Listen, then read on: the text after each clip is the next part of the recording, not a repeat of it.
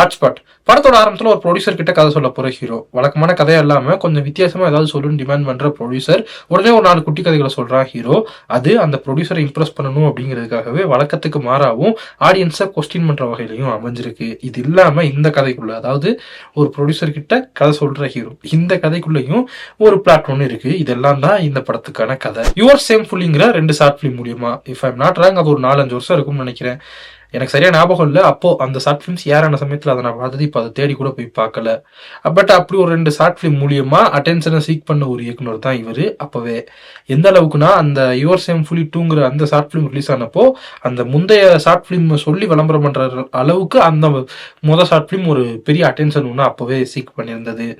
அந்த இயக்குனர் எடுக்கிற ஒரு ஃபியூச்சர் ஃபிலிம்னு இது தெரிஞ்சப்போ கண்டிப்பா எனக்கு பார்க்கணுங்கிற ஆர்வம் இருந்தது. பட் இந்த படத்துக்கான விளம்பரம் இவங்க பண்ண சமயத்துல, அதுக்கு ரிலீஸ் ஆன அந்த ப்ரோமோ அதெல்லாம் பாக்குறப்போ அது கிரிஞ்சுன்னு சொல்ல முடியாது, பட் ஏதோ ஒன்று ஓவர் டூ பண்ற ஃபீல்ங்கிறது கொடுத்தது. எனக்கு இந்த படம் பெருசா ஒர்க் ஆகுன்றது தாட் வரல. ஆனா இப்ப படத்தை பார்த்ததுக்கு அப்புறம் படத்துல நான் சொன்னது போல 4 குட்டி கதைகள் வருது. எந்த ஒரு கதையிலையுமே அந்த ஓவர் டூ அப்படிங்கிற அந்த ஒரு ஃபீலே வரல. முடிஞ்ச அளவு அதை ஜஸ்டிஃபை பண்ண முயற்சி பண்ணியிருக்காரு இந்த இயக்குனர். அது ஓரளவுக்கு சக்சீடும் பண்ணிட்டாருன்னு தான் சொல்லணும். வழக்கமான கதைகளே தொடர்ந்து வர்றப்போ சில தலைகளை திரும்பி பார்க்க வைக்கிறதுக்கு ஏத்த ஒரு கதையும் இங்க இருக்கு. பட் சேம் டைம் அப்படி மட்டும் அது மட்டும் இருந்துட்டா பத்தாது. அதுக்கப்புறம் அவங்க சொதப்பிட்டாங்கன்னா பிரயோஜனம் இல்லைல்ல. முடிஞ்ச அளவு இவங்க எடுத்துக்கிட்ட கதையை ஜஸ்டிஃபை பண்றதுக்கு ஏத்த காட்சிகளும் இவங்க அமைச்சிருக்காங்க. அதுதான் இந்த படத்துக்கான ஒரு பாசிட்டிவா நான் பாக்குறேன். இந்த ஆர்டிஸ்டோட பெர்ஃபார்மன்ஸ்லேயே குறை எதுவும் இல்லை, அண்ட் டெக்னிக்கல் ஆஸ்பெக்ட்ஸ்ல எப்படி பார்த்தாலும் குறை சொல்றதுக்கு எதுவும் இல்லை. இப்பவும் ஒரு சில ஆடியன்ஸுக்கு ஒரு சில கதை, இந்த 4 கதையில ஏதோ ஒரு கதையில அவங்க ஓவர் டூ பண்ற ஃபீல்ங்கிறது வரலாம்.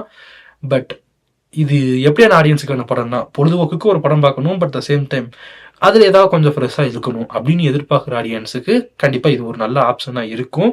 அப்படியான ஒரு படமா இது வந்திருக்கு.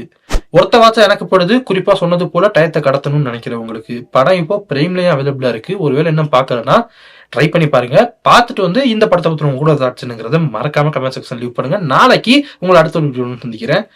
பை.